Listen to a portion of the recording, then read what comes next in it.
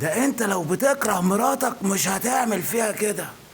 قصت لها الساعة والجراب الموبايل، ده انت وعيتك بيضة لما تصحى.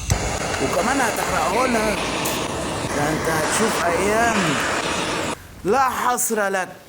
يا ابن اللذين، انت بتعمل ايه؟ انت بتعمل لها شغل تاني غير الشغل القديم بتاعها؟ ورينا يا عم اللي انت هتعمله.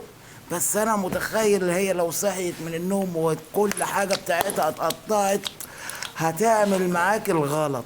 ورينا يا سيدي، ده انت كمان بتعمل حاجة ماركة. الله عليك يا برنس، ده انت بتحبها بقى مش بتكرهها. ورينا بقى بالجلد الطبيعي، كمان بالجلد الطبيعي، والجلد الطبيعي بقى غالي قوي دلوقتي. افرجنا يا سيدي الناس. والفينش بقى، الفينش، يا سلام عليك، يا سلام لما تكون راضي على مراتك، وده حالة نادرة. خلينا نتفرج الراجل ده هيعمل ايه. هيرجعها زي الاول ولا هيبوظ الدنيا وليلته هتبقى فاشله خالص؟ طبعا انتوا فاهمين طبعا ليلته هتبقى فاشله عامله ازاي. المهم خلينا نتفرج.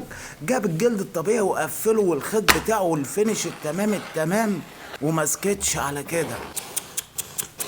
لا لا، ده عمل كمان جراب الموبايل من الجلد الطبيعي.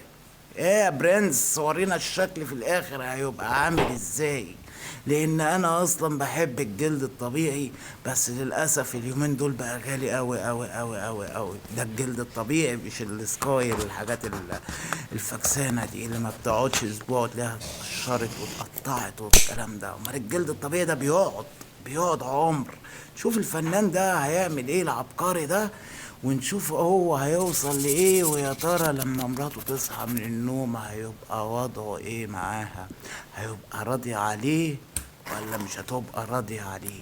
اهم حاجة الفينش، الفينش اهم حاجة. اتفرج على الفينش. الفينش ده هو اللي بيعمل كل حاجة.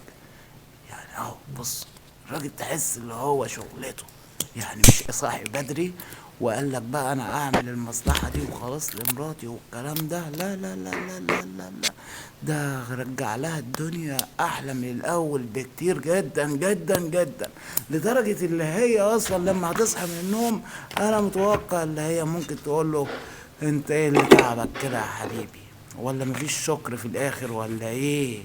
يعني اللي عنده معلومات من الموضوع ده يعرفني. خلينا نتفرج. يا سلام، كل حاجة بالسنتي.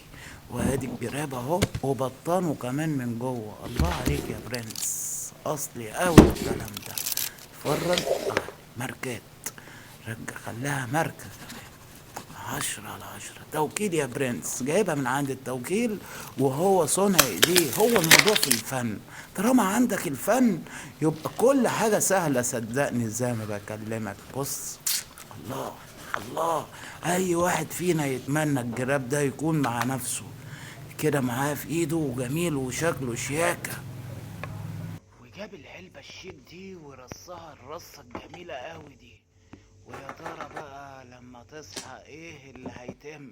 وراح سابها لها.